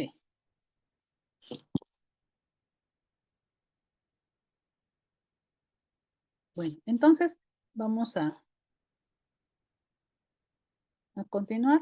Ahora la acción esencial, igual 3. ¿Por qué ahonda mucho en la acción esencial 3? ¿Por qué ustedes creen que pudiera parecer redundante? Pero pues parte de que han habido muchos errores, han habido eh, errores que impactan en la salud y en la vida de los pacientes. Entonces, no crean que a veces son controles que pudiera parecer para gente que no sabe leer, que no sabe diferenciar, que no, que no considera o no tiene un criterio pues de lo peligroso que son los medicamentos de alto riesgo. Bueno, son acciones que todos los profesionales de la salud tendremos que acoplarnos e irlos integrando. Ahora, de la transcripción, tanto del área médica, que es quien prescribe, y del área de enfermería, quienes administramos, también tenemos ahí, pues, nuestras áreas de mejora, nuestras áreas de oportunidad, cuando transcribimos, cuando hacemos nuestras notas, ¿sale? Entonces, letra clara, letra legible, y el área que dispensa, es decir, que tiene un inventario, que verifica desde las fechas de caducidad, que sea conforme a las compras. Bueno, tiene ahí algunas especificaciones en esta acción esencial 3, que tenga los datos del paciente, si es en el caso de algunas unidades que hacen su colectivo de medicamentos, pero hay medicamentos que son pues particulares o solicitados, pues si es un medicamento, independientemente si es de alto riesgo, si es un medicamento caro, bueno, el área que lo dispensa, la fecha de caducidad, todos tendríamos que verificarlo desde nuestro procedimiento de administración de medicamentos y el control del inventario. ¿Quiénes proveen estos medicamentos? ¿Quién recibe? Si es el área de enfermería, cuando verifique que corresponda con nuestra prescripción, en el caso de la jefa de piso, de la persona que realiza este procedimiento administrativo, corresponde igualmente el rotulado conforme el nombre completo, el nombre del paciente, conforme tenga ahí su membrete, ¿sale? Y la preparación de medicamentos, lo que les comentaba, no dice que sea específicamente enfermería, pero sí pone algunas pautas, que es personal que sea autorizado en la unidad, personal que pueda preparar los medicamentos, que sea en un entorno higiénico. Muchas unidades carecen de una central de mezclas, de un personal específico que prepara medicamentos. Bueno, ¿qué considera que sea un entorno higiénico? Que no haya corrientes de aire, que la técnica sea lo más aséptica posible, con uso de guantes y pues varía mucho de la realidad. Entonces, que sí tendríamos que buscar en estos ciclos de mejora, en estas oportunidades de mejora, que hay unidades donde a lo mejor ahí podríamos acotarnos a algún espacio, eh, sugerir mejora para este procedimiento, a diferencia de que se preparen los medicamentos al lado del séptico, ¿no? Eso no tendría por qué ser, pero pues en la realidad tendríamos que sí buscar cumplir esta disposición. Ahora, el equipo y suministros que sean adecuados para la preparación. Sí necesito, pues, administrarlo con un equipo de infusión específico para bomba, también tomarlo en consideración, ¿sale? Sobre todo cuando son electrolitos concentrados, que no se pasen en normogotero o microgotero, sino que sean infundidos a través de una bomba, ¿ok? Eso sería un suministro y un equipo adecuado. Y la técnica aséptica por personal capacitado en técnicas asépticas. Y bueno, este tema que da para mucho, pero no podríamos ampliarnos tanto en él. Sin embargo, ¿qué considera las acciones esenciales para la seguridad del paciente en los correctos de la administración de medicamentos? Ay, hasta ahora yo he visto que dicen los 10 correctos, los 15 correctos, los 20 correctos. Yo creo que va aumentando con el año. Yo creo que para el otro año van a ser los 25 correctos. Pero no hemos encontrado una bibliografía basada en evidencia que que ahonden ellos, pero que sí dicen las acciones esenciales. En las acciones esenciales solo manejan 8 de ellos, ¿sale? Tanto de la administración a la preparación, vienen variando algunos 5 o 6, pero cuando hace el concentrado de la administración, solo considera 8 en las acciones esenciales. ¿Cuáles son? Bueno, paciente correcto, que se verifique quién es, con su pulsera, con la ficha de identificación, con el brazalete, el medicamento correcto, que coincida con la prescripción, con las indicaciones, con el expediente, con la hoja de enfermería. Sobre todo, como les decía, hay unidades donde tienen su personal específico de las centrales de mezclas y ellos son quienes administran. A diferencia de que hay centrales de mezclas que solo preparan y el personal que está en contacto directo con el paciente lo administra. Pero bueno, ahí difiere de la forma de trabajo que tenga cada unidad. Pero ¿qué más consideramos? La dosis correcta.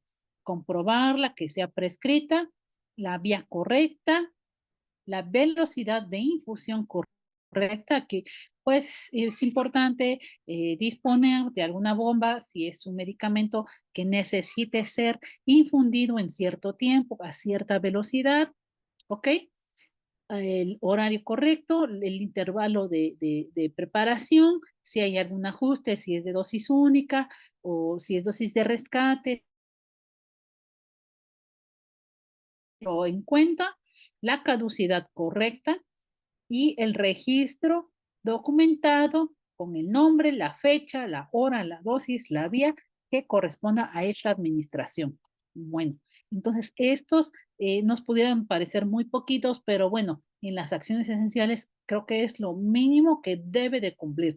Si aumentan, que si son 10, que si son 15, que si son 20, etcétera. Bueno, mientras no haya algo basado en evidencia y que se oficialice a través de algo que sea obligatorio para las unidades, esto es lo mínimo que nosotros tenemos que verificar en el control de esta administración de medicamentos. Bueno, y creo que podríamos terminar aquí esta sesión porque todavía nos falta el resto de las acciones esenciales. Esto, les repito, esto es un tema tan inherente a las unidades hospitalarias y sobre todo a las unidades que tenemos pacientes en estado crítico que no podemos tener margen de error. Por eso es importante verificar este tema, por eso es importante revisarlo y hacer alguna reflexión en nuestra práctica y ajustes y sobre todo mejoras para nuestros pacientes. Bueno, y la doble verificación de estos medicamentos, es decir, si yo administro, si yo digo, bueno, compañera, aquí yo veo mi jeringa de insulina, veo 2 unidades, ¿tú qué ves, no? Me dice, no, yo veo 4. Ah, bueno, ahí me está verificando que esta medicación no es correcta.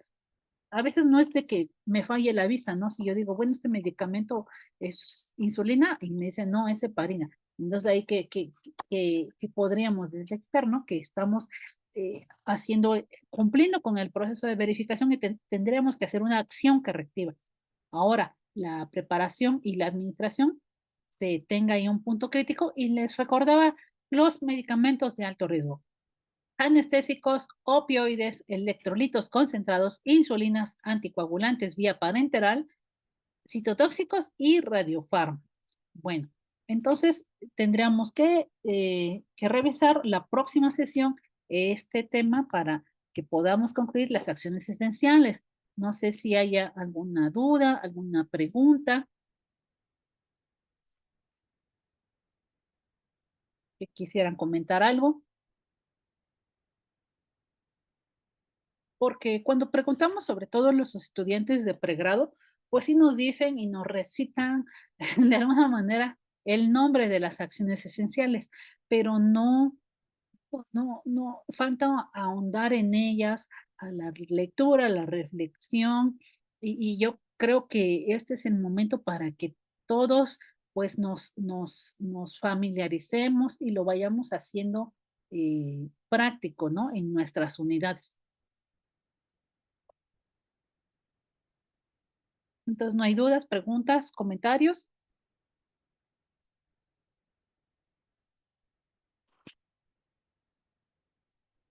Ok, maestra, excelente, muy bien. Pues vamos a revisar quiénes entraron al final. Por eso visto, creo que los mismos alumnos entraron. Pues bueno, con esto vamos a dar por terminada la sesión y una disculpa, alumnos, por la clase estaba programada el día de ayer, pero tuvimos un poquito con las fallas de conexión de internet y por eso fue que se pospuso la clase para el día de hoy. Maestra, ¿qué le parece si el lunes damos la clase, maestra? El del 24, no ve que el día miércoles es 25, es Navidad, para no atrasarnos con el contenido temático, maestra. Mi proyecto, mi plan es el siguiente: si usted está de acuerdo, lo podemos implementar. La clase del 25 de diciembre, que es miércoles, que es nuestro horario de clases, pasarlos para el lunes 23 de diciembre, maestra, a la misma hora. Le confirmaría ¿Podría? por favor, maestro. Sí, me confirma, por favor. Y lo mismo sería también para la del 1 de enero. En caso de que no pueda, maestra, en esas fechas, pues le tendríamos que dar vacaciones a los chicos y ya lo repondríamos en el mes de enero. Pero usted me confirma, por favor. Sí, por favor, le confirmo. Bueno, pues bueno, jóvenes, que pasen una excelente tarde. Cuídense mucho, que Dios los bendiga. Nos vemos en la próxima sesión. Buenas noches. Buenas noches, profe.